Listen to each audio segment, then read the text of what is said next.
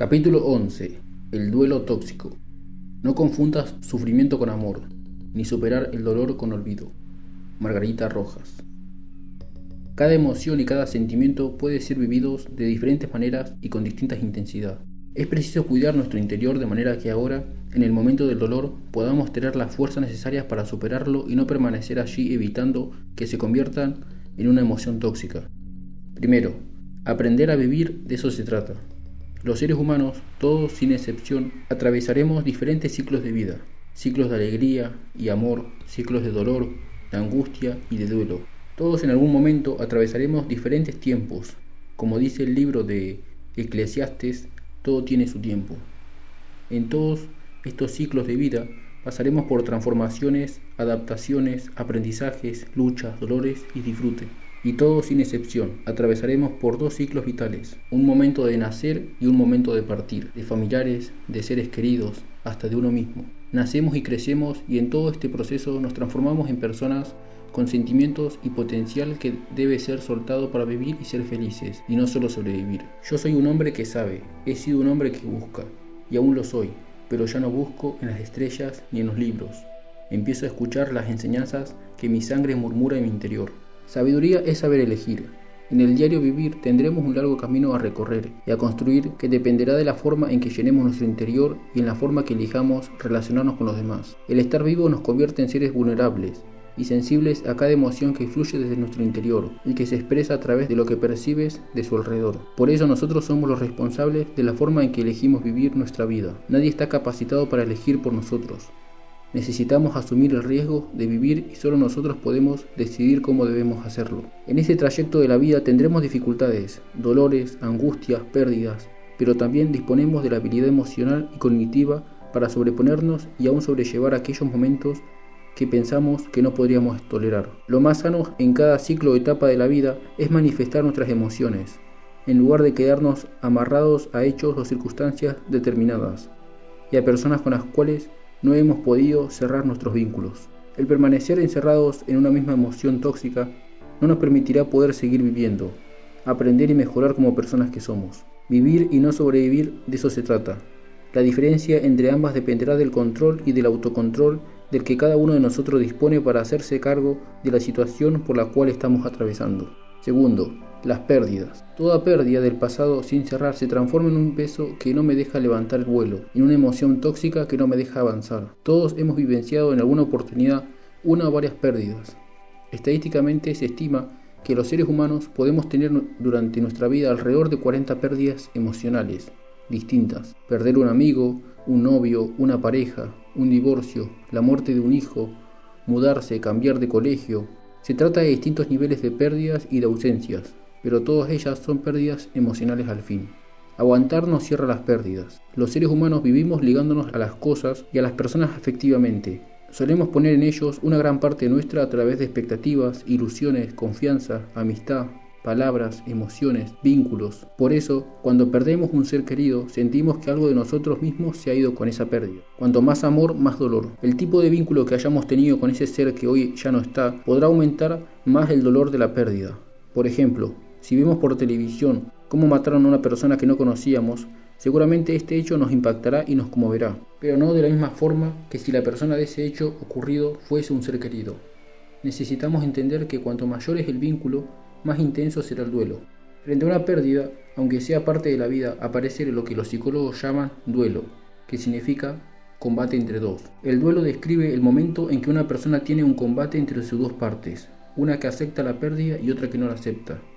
Entonces, como estos sentimientos encontrados le generan bronca, comienza la lucha. Pero todos, aunque no nos cause placer el tener que vivirlo, necesitamos hacer el duelo. En psicología conocemos el trabajo de duelo como el intento que hace la persona para aceptar la pérdida y para llevar a cabo los cambios correspondientes en su mundo interior, el retiro de la libido del objeto perdido.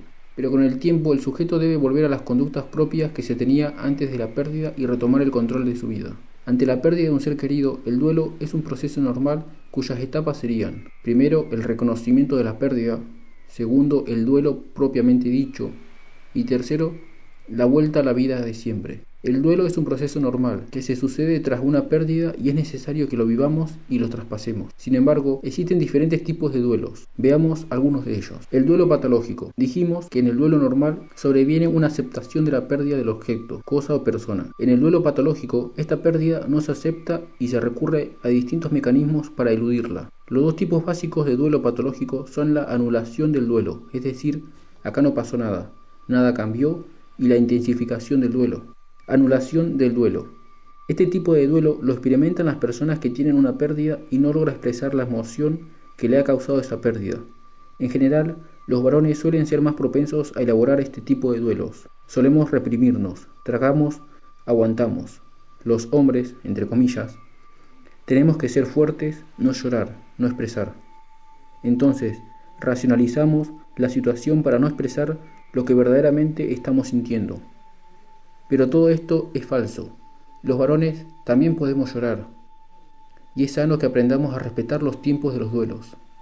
Muchas personas sienten que vivir y sentir ese duelo es una señal de debilidad. Por eso viven como si no, entre comillas, como si no hubiese muerto, como si no sintiese dolor, miedo, angustia, etc. Sin darse cuenta de que el no permitirse sentir lo que verdaderamente les está pasando terminará enfermando su cuerpo y lastimando su alma. Duelo intensificado. Se da cuando la persona no reprime la emoción que está sintiendo, sino que la suelta toda. Llora, grita, tiene bronca, angustia, dolor, culpa. Aquí la sintomatología es opuesta a la negación del duelo y muchas veces a ciertas alteraciones del tipo emocional. Frente a la pérdida, la persona reacciona expresando sus emociones en forma descontrolada. Según Freud, la melancolía es la manifestación del duelo patológico. Los síntomas más comunes en este caso son insomnio, constipación, anorexia, culpa, autorreproches intensos, ideas suicidas, aislamiento, etc. Y estos se suceden cada vez en forma más acentuada y persistente. Duelo ambiguo. Es aquel duelo que se da cuando no se sabe si la persona se murió o no. Este puede ser el caso de una persona desaparecida, de una persona secuestrada, de un marido que se fue y nunca más volvió, de un papá que sigue viviendo pero el hijo no sabe dónde, y el caso de un chico que sabe que fue adoptado pero ignora dónde están sus papás biológicos. A este tipo de duelo también se lo conoce como duelo congelado, es decir, la persona siente alegría, pero a la vez dolor, por no poder cerrar o entender una determinada etapa de su vida.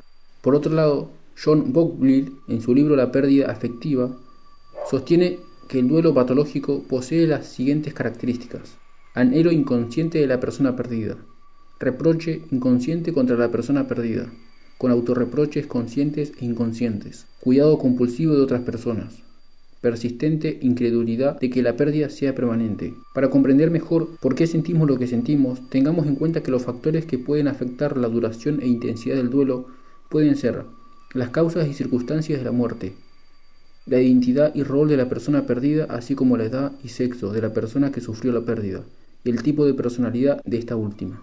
Sea cual fuere el duelo que decidamos hacer, aprendamos que el dolor no es un estado sino un proceso. Necesitamos darnos el lugar y el tiempo para poder vivir ese dolor, para que al hacerlo nos hayamos reconciliado con la vida. Tercero, ¿qué es el luto? El luto es una forma de responder a la muerte de un familiar, de mostrar al exterior la pena por la pérdida acaída.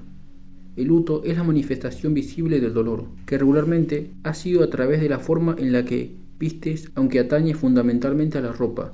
También lo hace a las costumbres y a la vida cotidiana. El luto es un hecho cultural. En la antigüedad, las personas que pasaban por estos momentos de duelo se tiraban cenizas y rompían sus ropas. Tiempo atrás, hacer el luto era un tema riguroso e importante de cumplir, y si no lo hacía, se sospechaba que esa muerte no significaba nada en tu vida. Cuando las mujeres estaban de luto, no se podían pintar los labios, ni las uñas, ni usar ropa ajustada. Las mujeres indias, cuando perdían a su hombre, se cortaban el pelo, y cuando volvían a tenerlo largo, se había terminado el luto. El color negro era el color de luto y aún sigue siéndolo para muchas personas.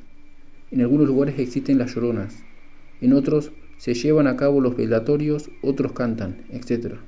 Hoy sabemos que lo importante no es el luto, si te vistes de blanco o de negro, si lloras una semana encerrado en tu casa, en la iglesia, o si le muestras al mundo que estás mal por la ausencia de ese familiar.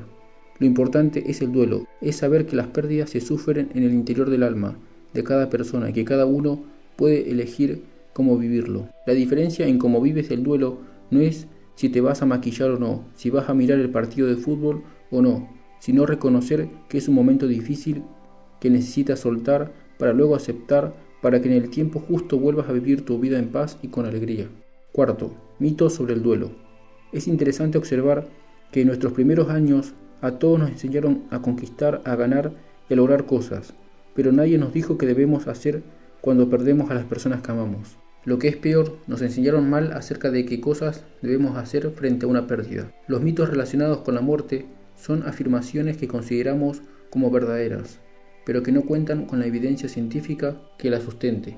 En el duelo, estas afirmaciones engañosas nos hacen pensar que estamos ayudando al doliente a elaborar la pérdida y sin embargo proporcionan a éste la sensación de no ser comprendido por su entorno social inmediato. Identifiquemos algunos hábitos equivocados que nos han enseñado o hemos incorporado en nuestros hogares directa o indirectamente, consciente o inconscientemente, sobre cómo actuar de manera equivocada frente a las pérdidas afectivas. Puedes reemplazar tus pérdidas. Leía de un muchacho que tenía un perrito de chiquito y el perrito se murió. El nene empezó a llorar con una angustia impresionante y los papás le dijeron: no llores, te vamos a encontrar otro perrito. Allí encontramos dos mensajes que le enseñaron a ese nene sobre las pérdidas. Primero, no llores, no expreses tu dolor, aguanta. Con esta enseñanza, cuando este niño comience a crecer, tragará y se contendrá de expresar todo lo que signifique dolor y llanto, porque de pequeños le dieron el mandato no llores. Segundo, se puede reemplazar. Otra historia cuenta que un chico adolescente se peleó con la novia y este joven lloraba sin consuelo, por lo que su mamá, para no verlo sufrir más, le dijo: hay muchos peces en el océano. Lo que esta madre le quiso decir fue: hijo, no llores por esa chica, hay cientos de mujeres más. Es decir, se pueden reemplazar y que reemplaces ese dolor por la presencia de otra mujer. Inconscientemente, a través de estos mensajes adquiridos, crecemos pensando que se pueden reemplazar aquellas pérdidas que hemos vivido. Sobrellevamos la muerte de un hijo teniendo otro hijo. Si nuestra pareja nos abandonó o falleció, elegimos siempre meternos a hacer el duelo al primer hombre o mujer que aparezca con el fin de no sentirnos solos y darnos cuenta de su ausencia. Reemplazamos la muerte de una madre o de un ser querido llenándonos de comida, ahogándonos con trabajo y más trabajo, etc. El tema es no pensar, no sufrir la pérdida. Nos enseñaron a reemplazar las pérdidas pensando que con ello evitaríamos sufrir el dolor que nos causan las ausencias. Si estás sufriendo, hazlo solo. Por ejemplo, cuando alguien llora en un colegio, lo sacan del aula y lo llevan a un lugar aislado para que esté solo. Porque el mensaje es: si vas a llorar o a expresar dolor, tiene que ser en soledad. Los padres también contribuyen a reforzar este mensaje diciendo: si estás mal, ve a tu cuarto. Y lo mismo pasa frente a un duelo. No queremos llorar delante de nadie para no poner mal al otro. Entonces lloramos a solas, porque el mensaje es: si ríes, reirán con vos, pero si lloras, llorarás solo. El tiempo curará las heridas, ya se te va a pasar el dolor. Si has tenido pérdidas importantes, seguramente te diste cuenta de que el tiempo no cura nada. Se te puede pasar toda la vida, tal vez años, y aún así seguir con el corazón herido. En una semana se te va a pasar. También es un mito el creer que el duelo debe durar cierta cantidad de tiempo, ya que no existe un tiempo exacto que debe durar. El duelo es personal. Lo que sí sucede a medida que el tiempo transcurre es que la libido del objeto perdido se retira lentamente y prepara la recuperación de las relaciones interpersonales. El carácter doloroso de la figura del duelo se debe justamente al anhelo persistente de la figura perdida. Es la necesidad de recuperar a la persona amada. Esta necesidad de recuperar a la persona perdida se expresa con las más variedades de emociones, desde la vigilancia y espera hasta el llanto. Aún en el duelo normal aparece la bronca, a menudo inconsciente, contra la figura perdida y dirigida hacia otra persona, sentimiento que está relacionado con la impotencia de la situación. Tienes que ser fuerte. Sé fuerte, aguanta. La persona que cumple este mandato es la primera que sufre consecuencias en su cuerpo, tales como infartos, úlceras, etc. Esa persona que frente a un duelo, a una muerte, a una pérdida dice: no puedo aflojar porque si me quiebro esto se cae todo abajo. Y ella es la primera que se enferma. El fuerte trata de seguir siéndolo en todos sus roles. Se divorcia, pierde trabajos, se muda de un lado a otro, pero tiene que ser fuerte y permitir que todo el dolor vaya por dentro porque ha aprendido este hábito equivocado frente al dolor. Sé fuerte, como si el llorar fuera un signo de debilidad. Tienes que distraerte. Tienes que salir un poco más, ve al cine, sal, diviértete. La diversión o estar ocupados nos distrae pero no nos sana las heridas. El tema es aturdirnos para no pensar, distraernos o llenarnos de actividades sin darnos cuenta de que hagamos lo que hagamos, Si no hacemos el duelo, en algún momento ese dolor va a volver a lastimar nuestras emociones. Lo más importante es reconocer que los duelos duelen, sin embargo es necesario hacerlos. Tal vez nos sentimos culpables de reponernos rápidamente ante una pérdida y nos castigamos pensando que lo normal es estar mal mucho tiempo, recordando a esa persona que ya no está. Y pensamos, si él ya no está, se murió, ¿cómo voy a ir al cine? ¿Cómo voy a seguir viviendo yo y él no? Muchos deciden morir con la persona que hoy ya no está. Sin embargo, esta decisión no va a alterar ni cambiar lo sucedido. Necesitamos soltar el dolor y también a esos seres queridos que ya no están con nosotros. Una cosa es la evocación cariñosa y algo nostálgica o el sereno y tierno recuerdo que nunca puedes desaparecer si hemos amado a alguien. Y otra cosa es una esclavitud interna, cuando a causa de ese apego dejamos de vivir, dejamos de crecer, nos anulamos y nos enfermamos. La vida pierde sentido. Ha pasado el tiempo y ya no somos capaces de disfrutar y de crear. Y pensamos que así, dejando de disfrutar y de vivir, les rendimos culto. Pero esto es falso. Los que estamos vivos debemos seguir creciendo, volvernos a ponernos de pie y volver a empezar. La vida es muy valiosa como para dejarla pasar y no exprimirla hasta que ya no haya nada más que hacer. Mientras estés vivo, tendrás fuerzas para levantarte y comenzar otra vez. Tal vez esta vez los tengas que hacer de diferente manera y con diferentes personas, pero podrás hacerlo. Estás frente a una etapa nueva y distinta, pero te tienes a ti mismo para comenzarla, porque estás vivo y hay muchos más sueños por cumplir y conquistar. Soltemos el dolor, el recuerdo, el duelo. No nos apeguemos a ellos y no nos castiguemos por aquello de lo que no somos culpables. Soltemos lo que ya pasó y démosle la bienvenida a lo nuevo. Aceptemos todo lo nuevo que la vida tiene para darnos. No nos encerremos. Jaime Baricol decía, es mejor no hacer monumentos de nuestras experiencias más intensas, porque entonces las matamos, las volvemos inercia y recuerdo fijo e inmutable. Los monumentos deben reemplazarse por momentos en los que se mueve el río en acción. Y tu vida es eso, un río, un cauce que siempre que está en movimiento, en acción y que nadie excepto vos puede detener. Según Víctor Fernández, después de vivir algo intensamente hay que soltar, hay que pasar a otra cosa, como diciendo, sigamos caminando, no nos detengamos en las tumbas. Tu decisión hará la diferencia. Las personas afirman que el tiempo cambia las cosas y las circunstancias, pero en realidad el único que puede originar un cambio eres tú mismo. El cambio debe hacerlo tú. Y recuerda que, para vivir en libertad, no podemos estar atados al pasado, a lo que pasó y a los recuerdos. Suéltalo, respira hondo y vuelve a caminar. Quinto, nadie puede ponerse en tus zapatos. El dolor es único.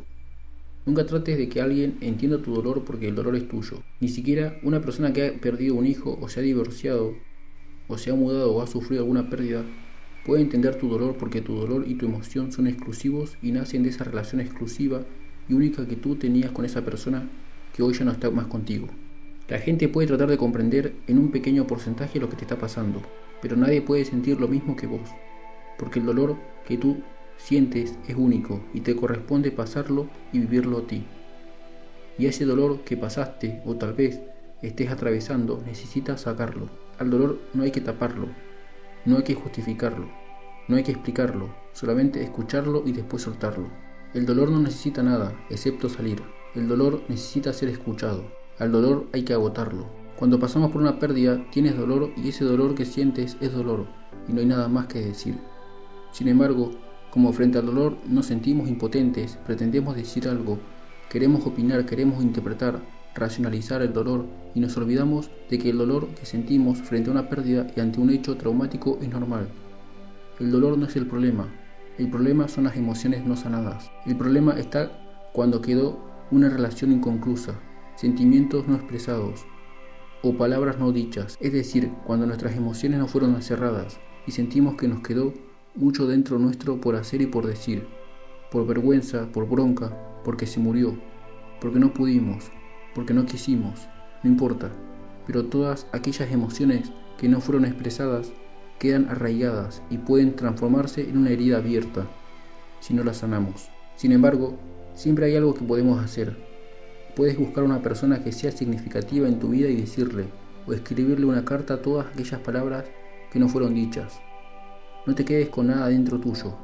Después que lo hagas, sentirás como si te hubieses sacado una gran mochila. Perdona y si es necesario, perdónate, y vuelve a soñar y a proyectarte en el futuro.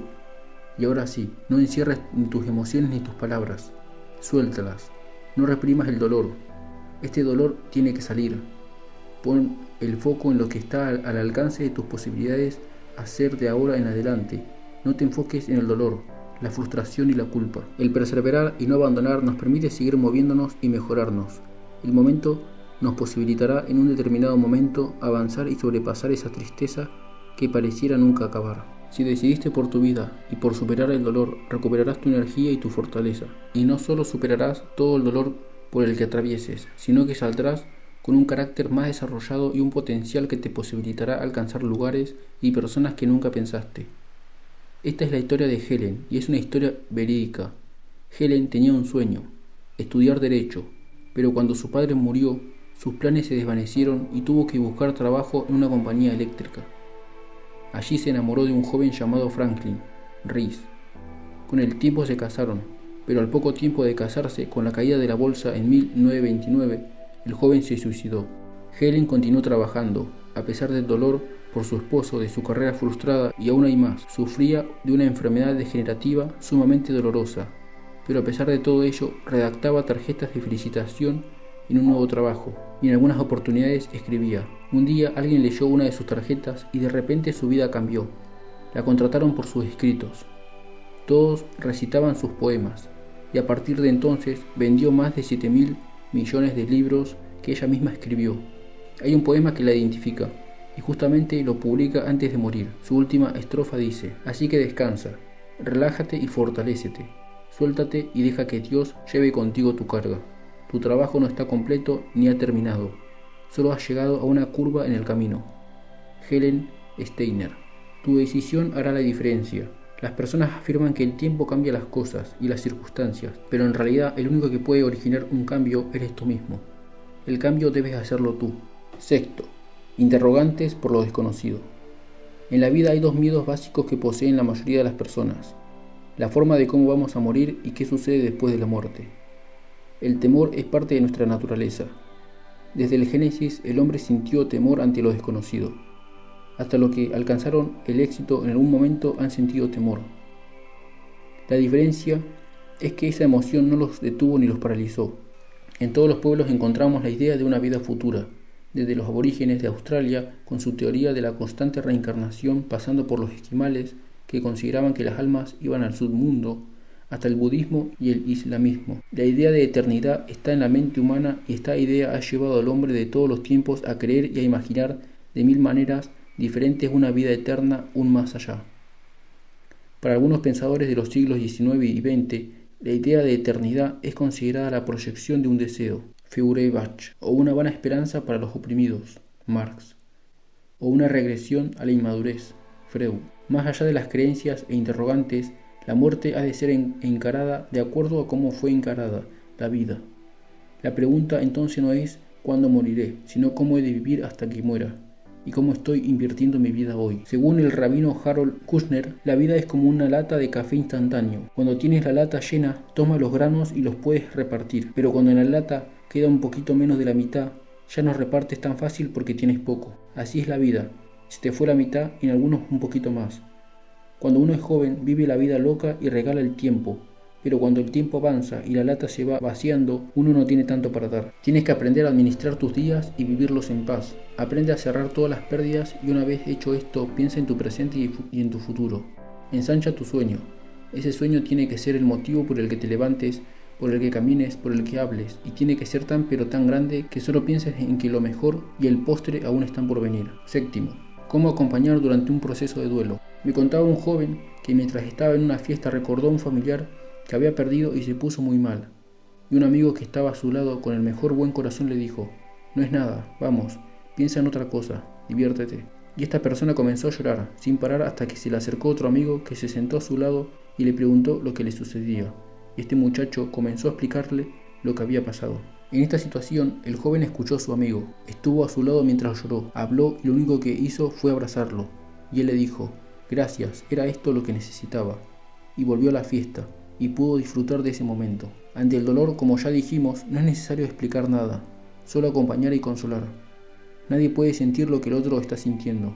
Tal vez esa impotencia que sentimos de ver, por ejemplo, un ser querido sufrir, nos hace decirles, bueno, listo, ya está, ya va a pasar, no llores más, porque este dolor a mí también me duele y no quiero verte así. Para consolar a una persona en el momento del duelo, no expliquemos, sino consolemos. Consolar es escuchar sin juzgar, es estar ahí, es escuchar, acompañar sin hacer nada. Como amigos, animemos a la persona a sacar su dolor, a que nos cuente, que recuerde, que sienta y exprese con libertad, porque madurar es aprender a soltar el pasado. Es importante aprender a pedir ayuda. Como amigos, debemos pedirles que nos diga qué le hace bien y qué no.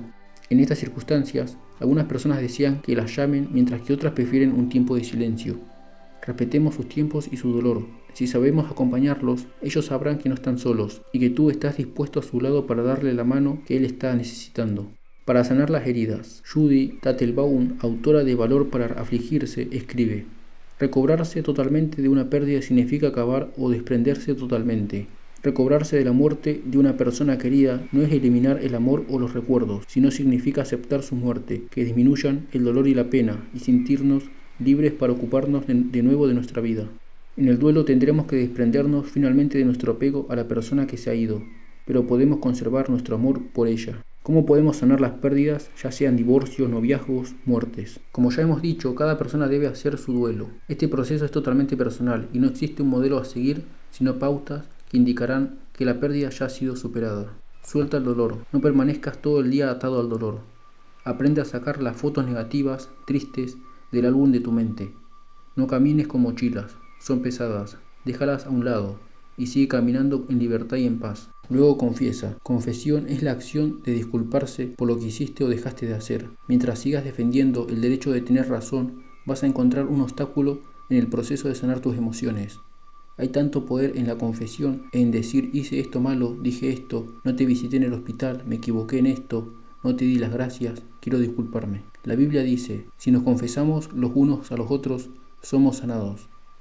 Tal vez necesitas pedir disculpas, porque en ese divorcio que hubo, en esa pérdida, ante esa muerte reaccionaste impulsivamente y hoy dices, ¿cómo me gustaría habérselo dicho? Necesito sacar eso, necesito decírselo a alguien. Hazlo hoy, no te detengas y libérate de esa culpa que hoy cargas.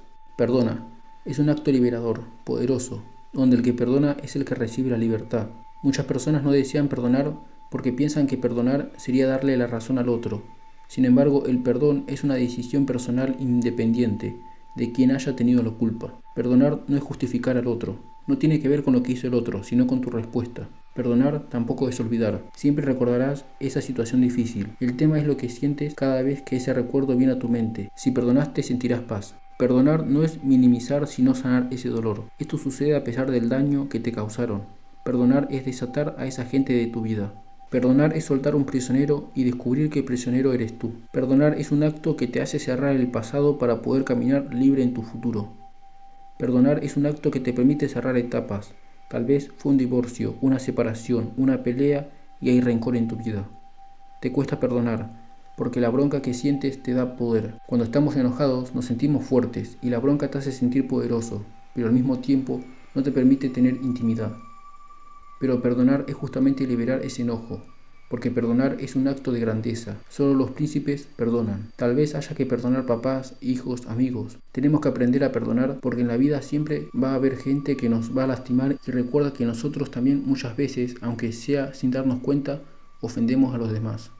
Haz declaraciones emocionales importantes. Algunos necesitamos hacer una declaración emocional. Hoy es el tiempo de expresar ese algo que quisiste decir y no lo dijiste. Quizás estás pensando siempre quise decirle a mi viejo que lo quería y no se lo dije nunca. Nunca le dije a mi mamá lo orgullosa que estaba de ella y ahora ella falleció y me quedé mal. Hazlo ahora. Cuando lo hagas estarás listo para cerrar esa pérdida. Y cuando cierras las pérdidas estás listo para vivir en libertad. Cuando hayas tocado fondo, cuando hayas agotado ese dolor, recuerda que no habrá más fondo, que no vas a poder caer más. Y ese fondo será el punto de apoyo en el cual vas a volver a levantarte. Vivamos una vida con sentido. No puedes guiar el viento, pero puedes cambiar la dirección de tus velas. Proverbio chino. La vida cobra sentido cuando la invierto en otros. Es cuando damos, entregamos y compartimos que nuestra existencia cobra significación. Esta es una forma de cuidar, amar y respetar la vida. Si la vida gira alrededor de uno mismo, se vuelve vacía y egoísta. La vida cobra sentido cuando la vivo con la mayor intensidad posible. Muchas veces la vida se gasta en cosas sin sentido. Estamos detenidos mucho tiempo en el pasado, en lo que pasó, en los errores cometidos y en las pérdidas que hemos tenido. O miramos el futuro cargándonos de ansiedades y miedos por lo que ha de suceder en vez de vivir un presente lleno de posibilidades, disfrutando el aquí y el ahora, y aprovechando cada momento, cada minuto como si fuese el último. La vida cobra sentido cuando la enriquezco. Muchos llegan a la vejez y a la muerte, con angustia y depresión al ver que su vida ha pasado y está vacía y que la han llenado con experiencias vanas, sin resultados, sin sueños concretados. Otros, en cambio, llegan a la vejez y a la muerte con un cúmulo de experiencias tan significativas y trascendentes que al mirar atrás pueden ver una vida vivida con mayúsculas. Por todo esto, mientras tengamos vida, vivamos cada día tan intensamente como si fuese el último.